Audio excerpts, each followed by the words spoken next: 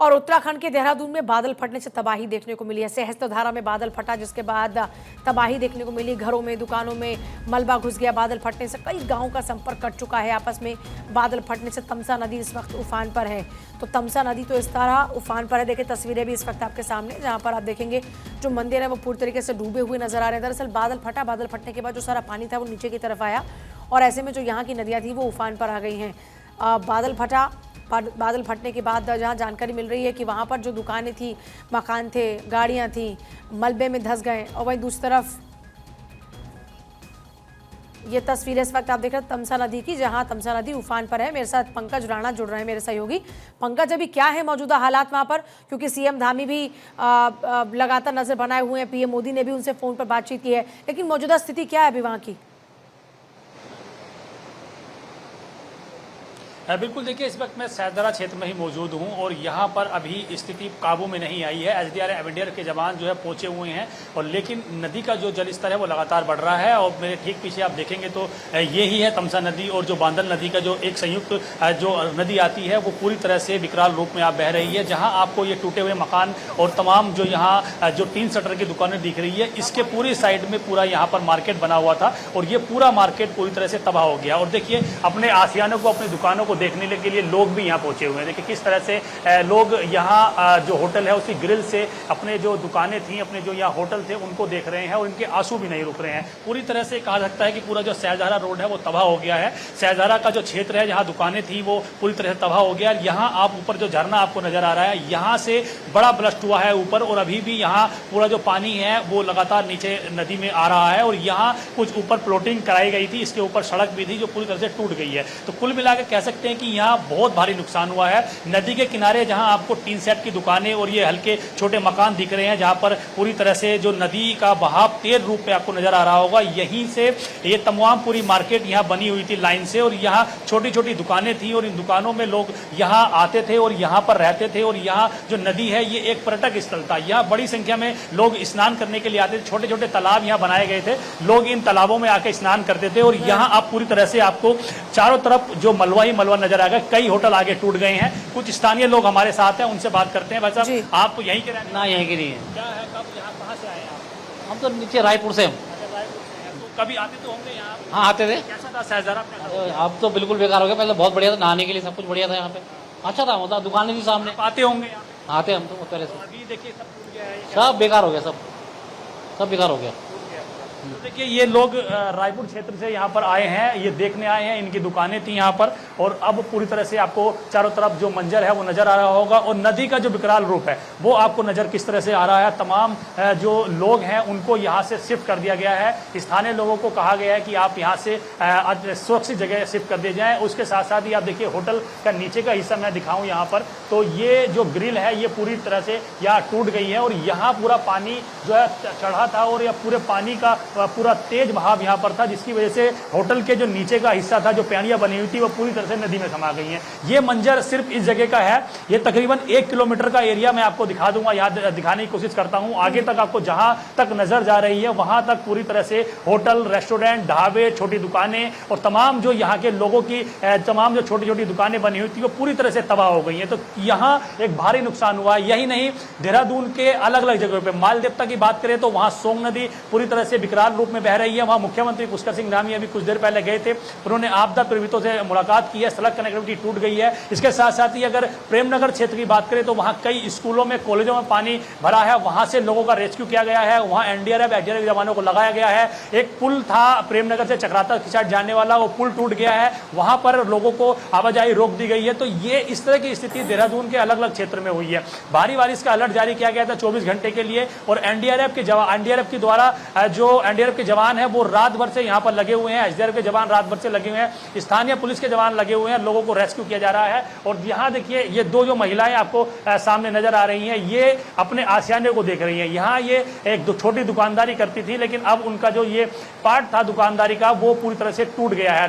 पूरा जो रेस्टोरेंट था उनका तबाह हो गया है। तो यहाँ अब लोग अपने आसियाने को देखने, अपनी दुकानों को देखने पहुंच रहे हैं, लेकिन यहाँ अब मलबे के अलावा कुछ नजर नहीं आ रहा है। तो ये एक बहुत बड़ी आपदा सहस्त्रधारा क्षेत्र क्षेत्र में आई है। यहाँ के जो स्थानीय लोग हैं उनका ये कहना है कि 2013 में इस तरह का फ्लड यहाँ आया था, उस समय भी इतनी बड़ी तबाही नहीं हुई थी जितनी अब हुई है। तकरीबन 35 से 40 छोटी दुकानें, कई सारे बड़े रेस्टोरेंट, होटल और इसके अलावा ऊपर जो गांव है इससे तकरीबन 3 किलोमीटर आगे एक गांव है, वो गांव में तकरीबन 50 लोग फंसे हुए हैं। उनकी कनेक्टिविटी पूरी तरह से टूट गई है, तो उनको अब हेलीकॉप्टर के माध्यम से रेस्क्यू करने की प्लानिंग चल रही है।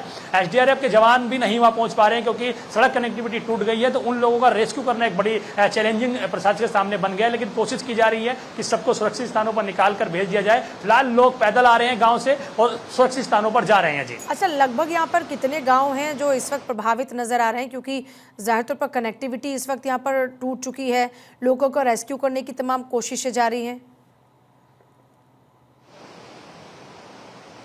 देखिए, ये सैदारा का क्षेत्र एक बड़ी आबादी वाला क्षेत्र है। यहाँ पर्यटक स्थल के साथ साथ बड़ी संख्या में यहाँ लोग रहते हैं। तो जो यहाँ के जो गांव है, सामने आपको जो नदी के किनारे जो एक ये होटल सा और एक छोटे गांव जो नजर आ रहे होंगे, इसके ऊपर की साइड में ही गांव है। तकरीबन 3 गांव इससे आगे हैं। अच्छा। जिनमें से एक गांव का संपर्क पूरी तरह से टूट गया है, सड़क पूरी तरह से टूट गई है और पूरा जो फ्लड है वो पूरी तरह से यहाँ आने की वजह से जो कनेक्टिविटी थी वो टूट गई है। तो जो गाँव में है, जो टॉप वाला गाँव है, जो ऊपर का गाँव है, वहां पर एनडीआरएफ की टीमों को भेजा जा रहा है, एसडीआरएफ की टीमों को भेजा जा रहा है। ये कोशिश की जा रही है कि जो वहां पर लोग फंसे हुए हैं वहां से उन लोगों को रेस्क्यू कर सुरक्षित स्थान पर लाया जाए। अभी बहुत सारे लोगों से हमारी सड़क पर चलते हुए बात हुई है, लोग पैदल हम ये वहां देख से रहे निकल कर आ रहे हैं हैं क्योंकि जिन महिलाओं का जिक्र आप कर रहे थे अभी, उनमें से एक महिला रोती हुई नजर आ रही है, जहां तक हमारे भी नजर गई। मतलब जाहिर तौर पर लोगों की जो रोजी रोटी थी वो उनसे छिन चुकी है, उनकी आजीविका उनसे छिन चुकी है। लोगों के लिए ये बिल्कुल वैसे ही जैसे क्षण भर में उनका सब कुछ तबाह हो गया। निश्चित तौर पर देखिए, बिल्कुल ये आपने सही कहा कि क्षण में जिनको एक मिनट यही नहीं पता था कि इस तरह की चीजें होने वाली है, फ्लड आने वाला है, और अचानक ही इस तरह का फ्लड आया, बादल फटा और पूरा 1 सेकंड में उनका पूरा जो व्यवसाय था, उनके जो घर थे वो तबाह हो गए हैं। तो ये एक बहुत बड़ी उनके लिए दुख भरी और पीड़ा भरी बात है कि जहां वो रोजगार चलाया करते थे, जहां उनकी दुकानें होती थी, इन्हीं से उनके घर का खर्चा, उनका व्यवसाय चलता था, अब यहाँ हर तरफ आपको मलबा नजर आ रहा है। नदी के उस किनारे जहाँ छोटे छोटे रेस्टोरेंट, होटल नजर आ रहे हैं, ये तकरीबन यहाँ से 40 से 50 ऐसे लाइन बारी होटल बने हुए थे। कई बार हम लोग भी यहाँ आए हैं और यहाँ पर हमने उन चीजों को देखा है कि किस तरह से एक खूबसूरत सैदारा बना हुआ था, लेकिन अब जो फ्लड है वो पूरी तरह से टूट गया है। और ये देखिए, ये महिला हमारे पास आना चाह रही हैं, वो बात करना चाह रही है, हमसे अपना दुख दर्द बांटना चाह रही है, उनसे हम बात करते हैं। और उनके आंखों में देखिए आंसू है, किस तरह रो रही है। क्या हुआ? नुकसान हो गया है, हमारी दुकानें सारी टूट गई है, हमारी 7-8 दुकानें थी, सारी चली गई, बह गया है, हमारा कुछ नहीं बचा इसमें। दुकानें थी आपकी? हमारी 7 दुकानें थी यहाँ पे, सारी बह गई है, कुछ नहीं बचा है हमारा। हम तो बर्बाद हो गए, हम सब कुछ पूंजी हमारी यहीं लगी थी, हमारा कुछ नहीं बचा है।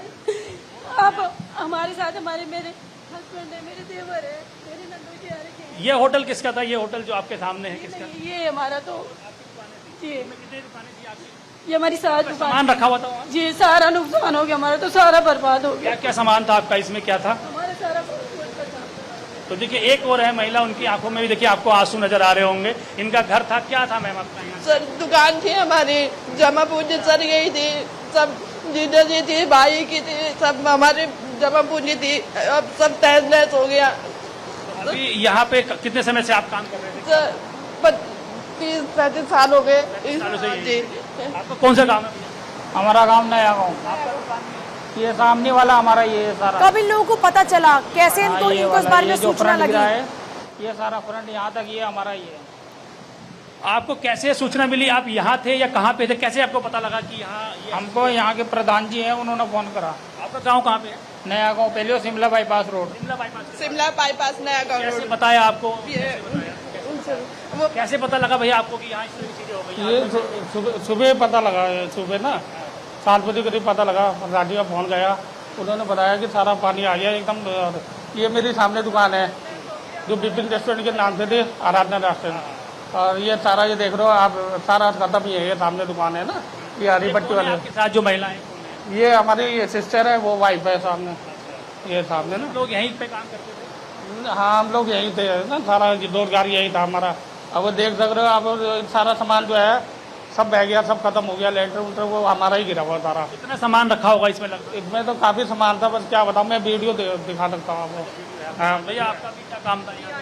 हमारा भी होटल था, ये होटल का सामने। हाँ ये ये आपकी दुकान हाँ है। जी। कैसे कैसे पता लगा कि आपको यहाँ इस तरह की चीजें हो गई है?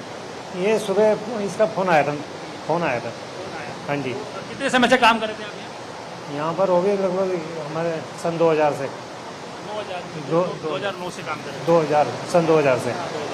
देखिए ये इनके आंसू नहीं रुक रहे हैं, ये इनका बहुत बड़ा यहाँ पर व्यवसाय था और बोल भी नहीं पा रही हैं। तो ये एक दुख दर्द है इन लोगों का जो लंबे समय से यहाँ काम कर रहे थे और आप अचानक रात को फ्लड आया, फोन करके उनको बताया गया कि यहाँ पर सहजधारा में इस तरह जो पानी है नदी में आ गया है और ये पूरे इनके व्यवसाय को, होटल को और जो इनके घर थे उनको पूरी तरह से अपने साथ बहा कर ले गया। और अभी भी पानी का जो वेग है वो कम नहीं हो रहा है। ये लोग उधर जा भी नहीं पा रहे हैं। हो सकता है इनका कुछ जरूरी सामान बाहर रखा हो, कुछ दुकानें बची हुई नजर आ रही हैं, लेकिन वहां पर जाना ही असंभव है, वहां जा ही नहीं पा रहे हैं। होटल के अंदर फ्रिज थी, तमाम सामान थे, इनके अपने बर्तन थे और तमाम यहाँ पर जो कुर्सियां हैं, मेज हैं, वो यहाँ रखी हुई थी। इसके अलावा और भी कीमती सामान हो सकता है, तो सब इसके साथ साथ बहकर चला गया। तो ये एक बहुत दुखद घटना इन लोगों के लिए है। ये यहाँ से तकरीबन इनका जो घर है यहाँ से 15 से 20 किलोमीटर दूर है और कई सालों से यहाँ ये व्यवसाय करते थे। जमीन इन्होंने खरीदी, उसके बाद यहाँ पर इस तरह का व्यवसाय शुरू किया कि इनकी जीवन यहाँ पर यहाँ चलेगा आगे। लेकिन अब